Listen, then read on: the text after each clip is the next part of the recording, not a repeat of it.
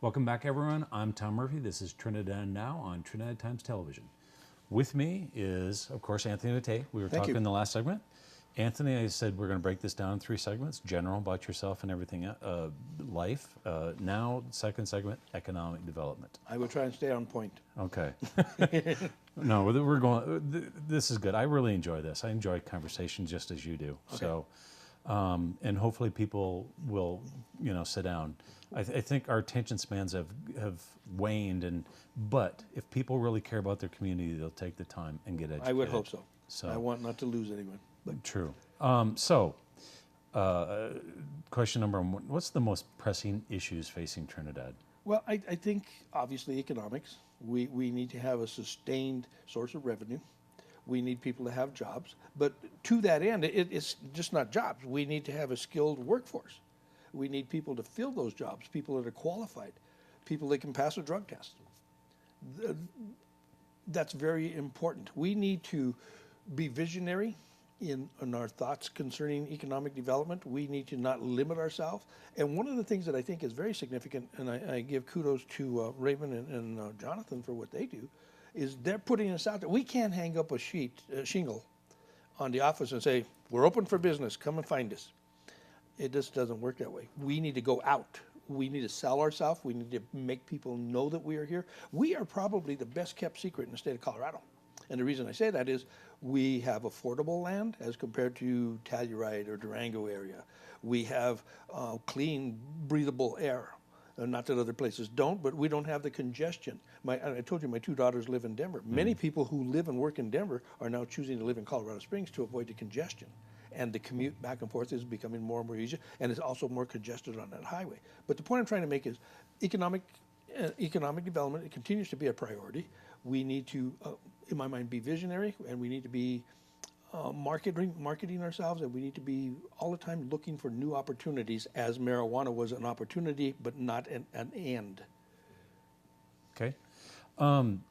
If you could fast forward 4 years into the future, what would you like to see? Where would Trinidad be? Well, I would hope that the Art Space project, we just received a very sizable CHAFA grant for tax credits. It's like $10 million over 8 years. And we can bring to fruition the project that we believed in, and we we contributed 1.3 million. I think it was 12% of our 2015 budget.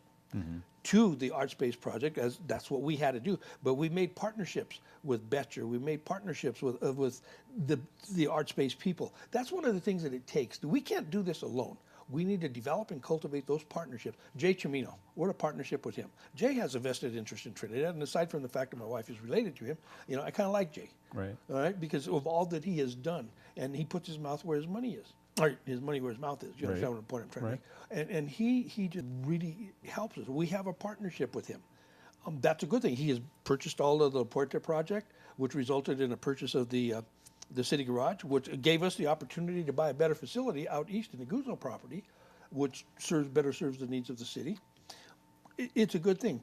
So in 4 years from now, I hope that we have a thriving art community, that we are able to generate a lot of tourism people to come in here. When we did Commercial Street, you'll notice that the streets are narrower. Maybe it wasn't the wisest idea, but the sidewalks are wider. And the idea is to encourage pedestrian traffic and walking people. And people who walk tend to go in and out of shops. People who go in and out of shops buy things. And that's what I'm hoping to do as we develop art. Another thing that I think would be very beneficial is to promote ourselves as a retirement community. But to that end, we need to have stronger health program. And I'm not being critical of the health program. Don't misunderstand what I'm saying. I've availed myself to their services many times.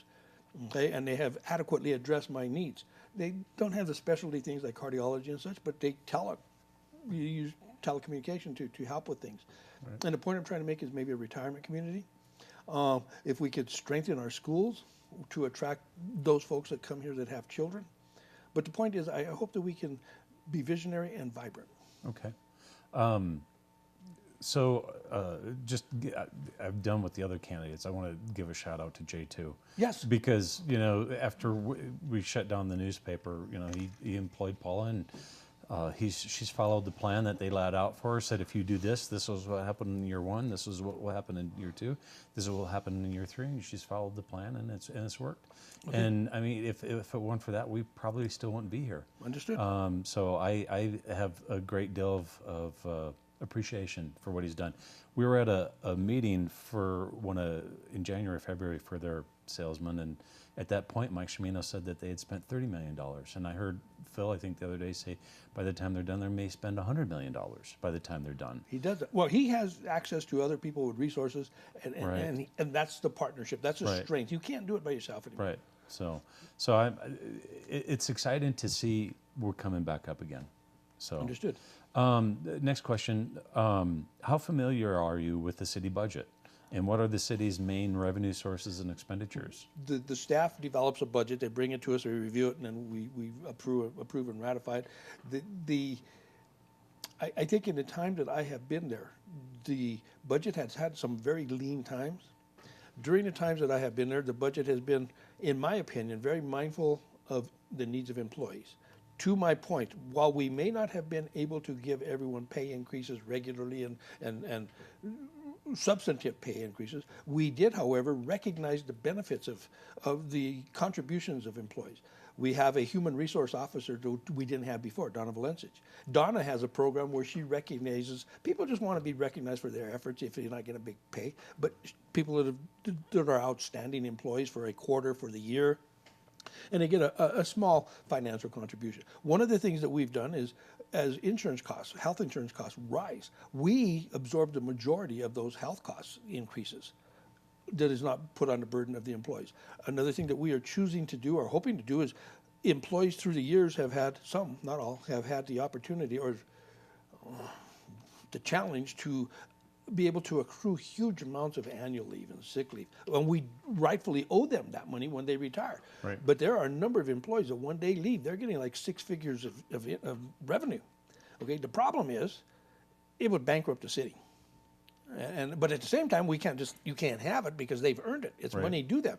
One of the things that we're hoping to do is negotiate with them so that rather than give you a chunk of $100,000 and then the federal government's going to attach 40,000 of it just because that's where you are, what we're hoping to do is create like maybe 401ks and such like that so that we give them their money over time, which helps the city.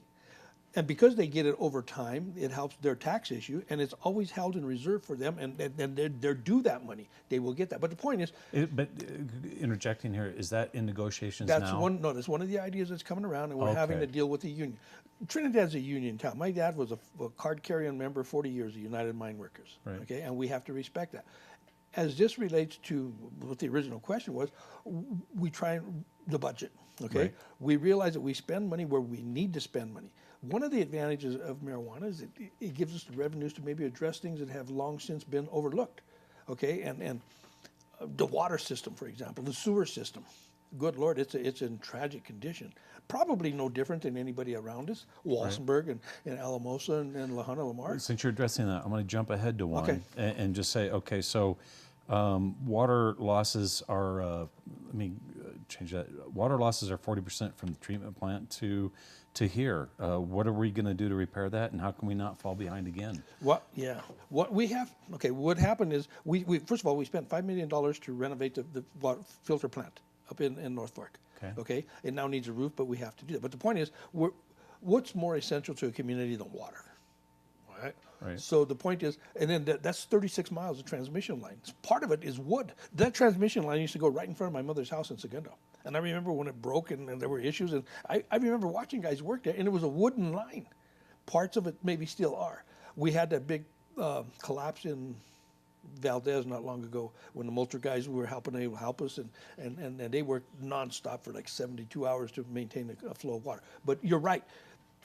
We will process 1 million gallons at the filter plant. By the time we turn on our faucets down here, we have 600,000 gallons. 400,000 gallons is leaking somewhere. Okay, we are aware of that. You see marks on the road, on the streets. What we are doing, and we're beginning in the older part of town first. I think it runs from Convent to maybe Oak, maybe not that far, and it's 1st, 2nd, and 3rd Street. And what we're doing is we are hoping to repair the water lines, thinking that is where the greater leak is, or the greater portions are because it's the oldest. It certainly makes sense. We're following that. Many folks have asked, well, the streets are in bad condition. Why don't you pave the streets? And we're choosing to purposefully not pave the streets, because if we did that, then we got to dig them up.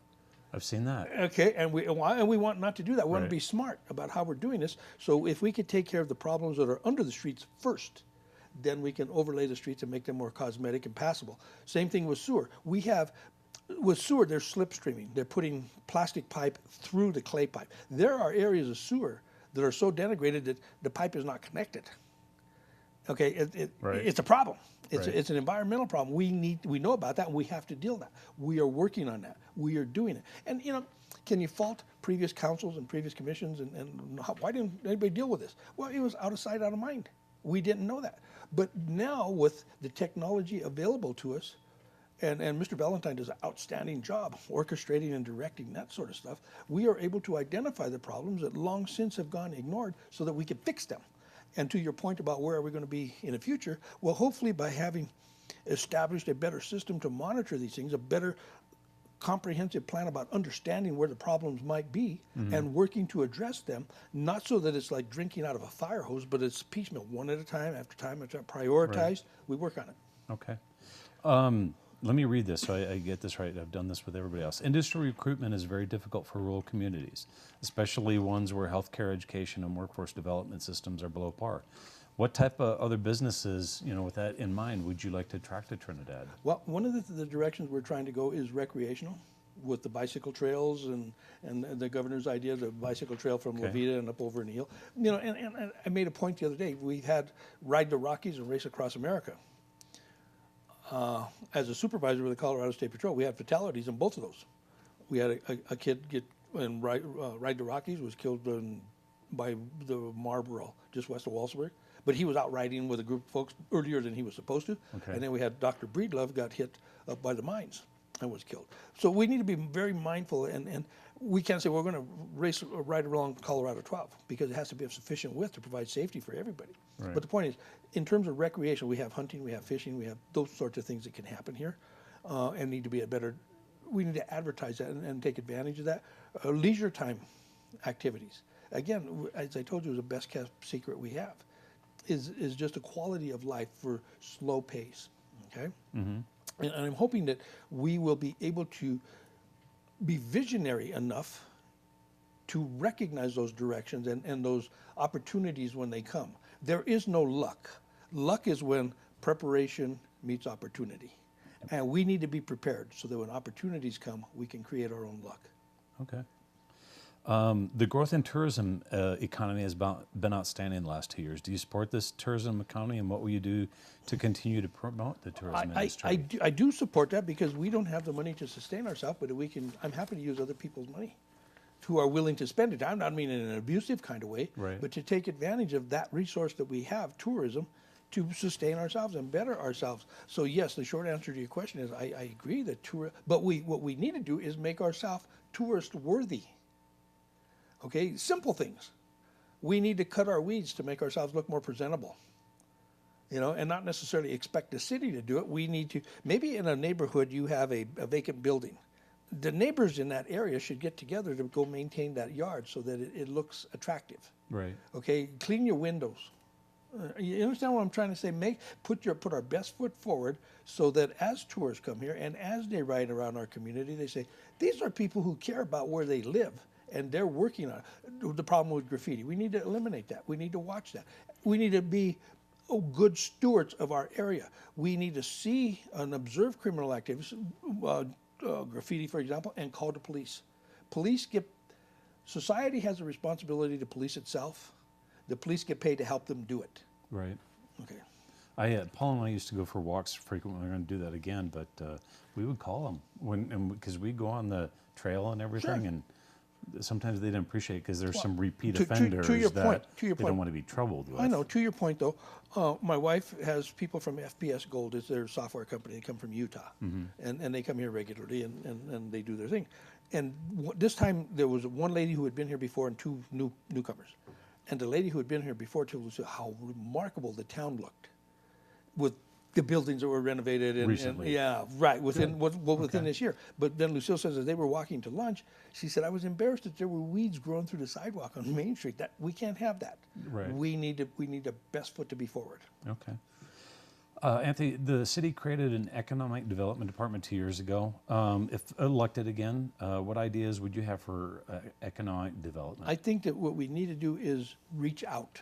And what we need to do is sustain and fund economic development in such a way that they have the tools necessary to attract new business opportunities and economic development to our area. Right. Pueblo, for example, has a 1 cent sales tax. And that's specifically earmarked. And they are able to give concession. We will give you $1 million if you locate it. We don't have that. Right. We need, but at the same time, we can't just say, we're open. We need to advertise ourselves. Right. With regard to like the Monument Lake project, we need to say, we have a resort. It needs a lot of work, and we're addressing that. Don't misunderstand what I'm saying. But at the same time, we need to advertise in Texas and Oklahoma and those areas where it gets well over 100 degrees and say, come to cool Colorado and enjoy a summer vacation here. Well, I was thinking maybe we should take some flyers down to Houston and to Florida. Yeah, Put well, on I windshields. know. Point made. You got to give some kudos to Jonathan, because I don't think we've ever had an economic person before. Jonathan is an ambitious individual. He travels a bunch, but that's what you need to do when you're Right. reaching out. And it's money well spent Right. as he makes the round, so to speak, to say, this is what you can have if you move to Trinidad, Colorado. Right. Take a look at us. We have a Right. lot to offer. Well, this next question, I think, may be a softball question. You know, you're going to hit this out of the park because really you're part of it. But last year, the city economic development focus was on stabilizing our downtown to create an attractive atmosphere for commercial businesses. You're doing rental assistant, facade redevelopment grants, Main Street patios, entertainment district. How do you feel about all those things? I like it. Well, you were a part of it. The That's why I simple said it answer was- is that. Well, first of all, when we decided we have those patios, we had Right. 2 of them. There's somebody, a traffic cop, there's somebody going into that, and everybody can, well, they're going to rent it. Well, they're not. You know, first of all, the truck traffic is not as big as it used to be in Trinidad because of Santa Fe, the bypass. And what we're trying to do, and to, you know, I will approach the top, Mr. Hamer. He's a watchdog, and he holds our foot to the fire. And he brought to our awareness how when we were trying to crowd tables out on sidewalks and take advantage of that, we were interfering with his right of free passage. Right. Good point. But if we do what we were doing, we can still compromise where we have open, free sidewalks, and at the same time still have sidewalk patio areas. And it's one of those things that we need to do. What we're trying to do, in my mind, I think, is create and demonstrate a very welcoming kind of a walk at your leisure downtown, so that when people are driving through, they're not spending money. If we can get them to stop and walk, and all they got to do is go to some of our restaurants and experience the great food we have here. Yeah. You know, go to Denver. My daughter says, well, we're going to go here and eat. And I said, okay. She said, 45 minutes. I said, what? She said, that's how long you got to wait.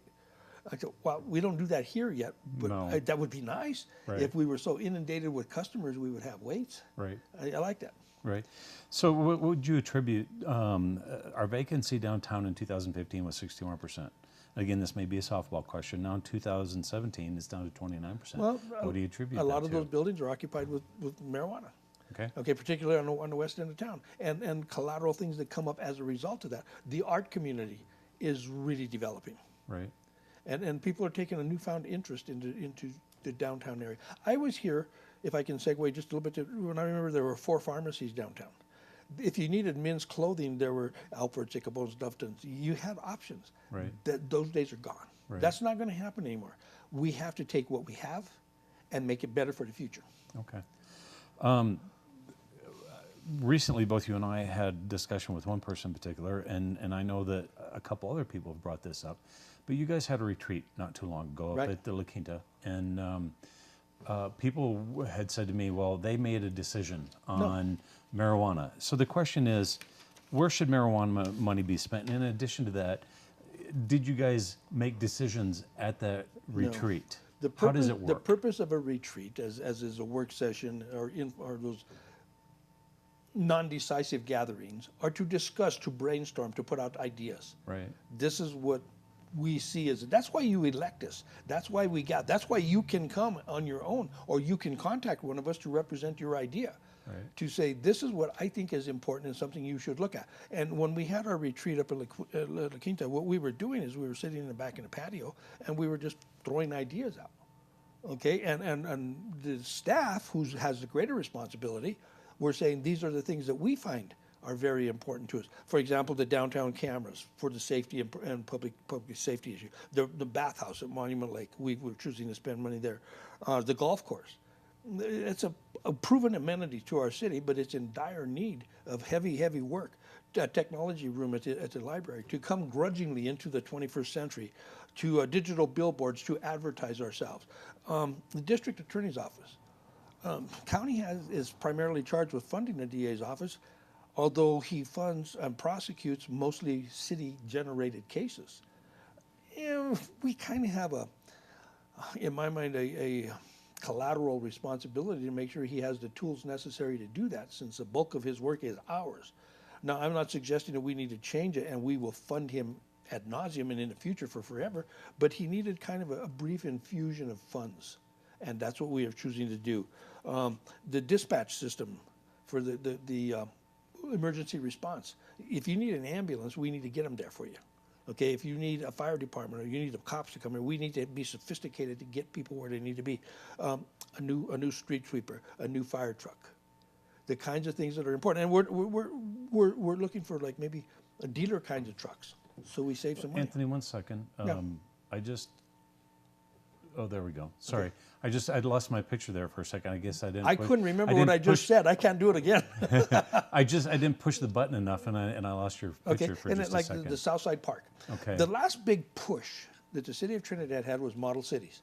Okay. In the late 60s, early 70s. Yeah, good point. At that time, the new hospital was constructed.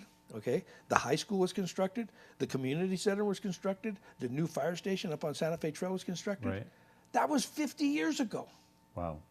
In the late 60s, early 70s. Right. Okay, and that was the last big push that anything happened here. Let me interject one thing here, because I was at the Trinidad Ambulance District meeting yesterday, and Audra and our finance person, Neverett, I think, were there. Yeah, Cheryl. And one of the things that came up, and you were on 9/11 board, well, the county is in such bad shape. They used to kick in $140,000. It was 60-40 split. And now they don't have it. And so they're going to the ambulance to say, can you help us? Right. The city and county used to split 60-40 to fund the 911 district. The city, by virtue of population, contributed 60%, the county 40%. Okay, but what it was is, now, as you now said, the county can't afford that. The ambulance district, when I was working for the patrol, the ambulance, before an ambulance district, the ambulance consisted of Mark Ritz, Renee Valentine, and Sherry Lindemeyer driving a beat-up old Suburban, and they staffed that with whatever supplies they could pilfer or otherwise get from the hospital. Now, look at what we have. We have staffs of EMTs and paramedics. We have complete outfitted rigs. I don't know how many they got. We have to talk to Mr. Monahan. We have an ambulance facility. They purchased the land out east. The point, and the reason is because we now have an ambulance district. And to my point, the ambulance district is where everybody contributes a little bit of their tax money to fund a common service that's a benefit to all of us. Significant to that is last election, the local citizens voted to debruce the ambulance district. So now they have see what happens is if people work together, we can have the nice things in life. My Uncle Joe Garbo was a member of city council many, many years ago. I knew Joe well. Yeah, and it was his idea, as Pueblo has the hometown of heroes, as you go down the interstate, to welcoming them to their community.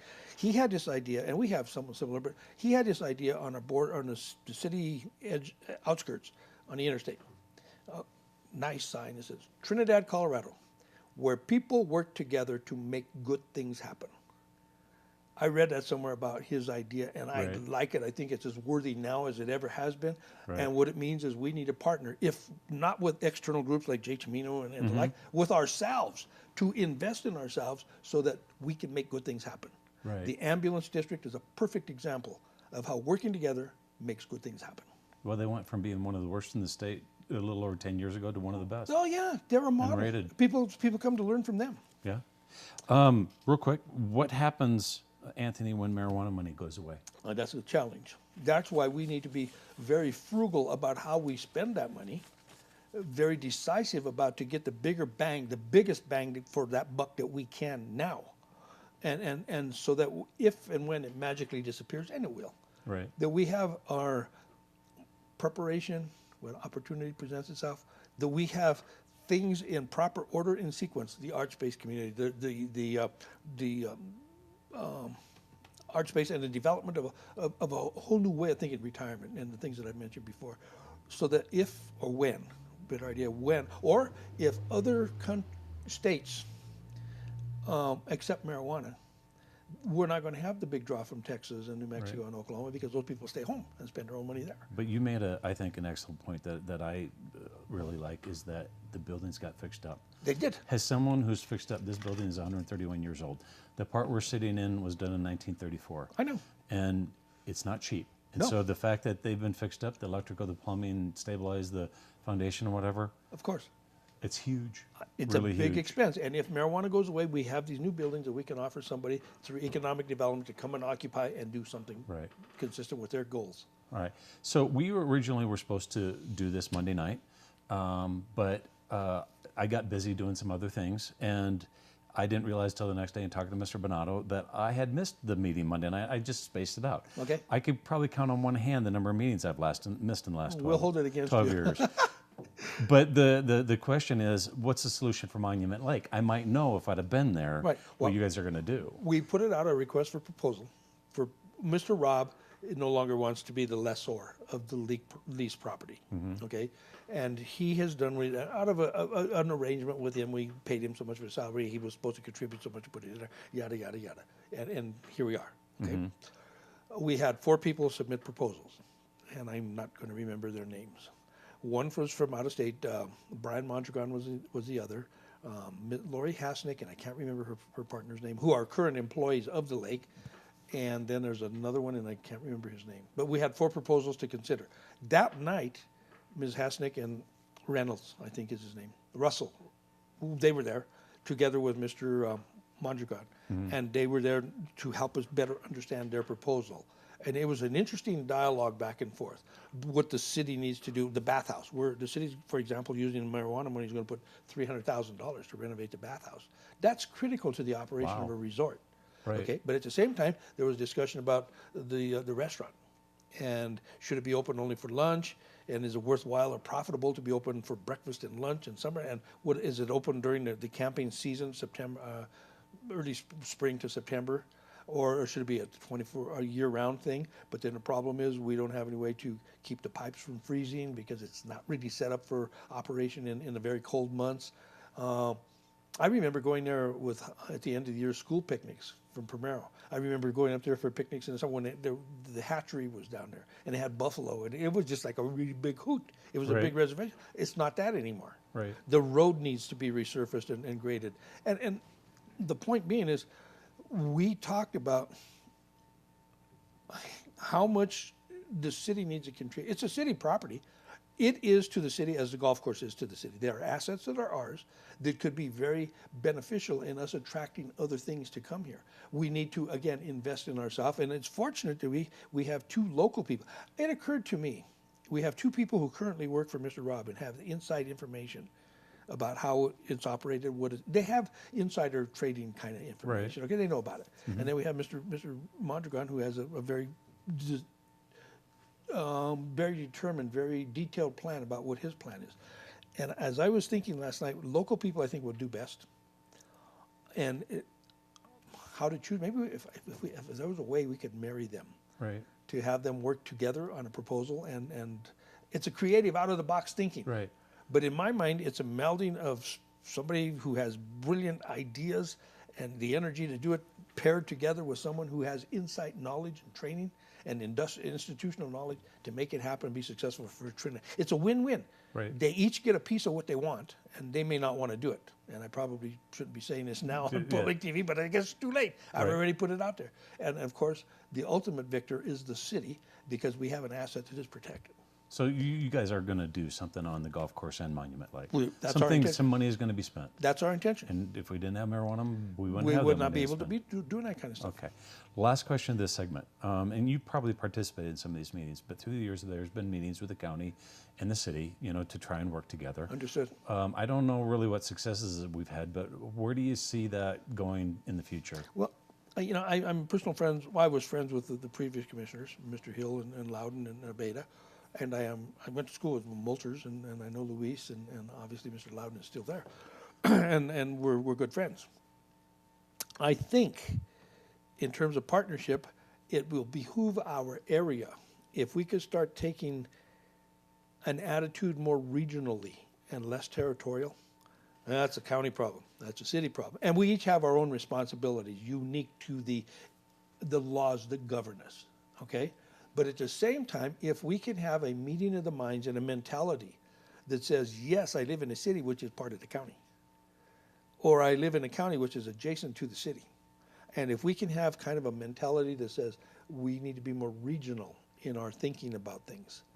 A classic gem is the building that I go to every day, a 103-year-old building with marble floors and sagging doors and weak electrical, but Right. you cannot believe the people that come in there just to look around because they're so impressed as they ride the trolley and see all the things that are available. And I give them the little nickel tour at the security table, Right. When it was built. I don't know where the marble came from, but I suspect in 1914 it wasn't very far, probably Marble, Colorado. Right. And then we have these dialogues and stained glass windows and no air conditioning and all that sort of stuff.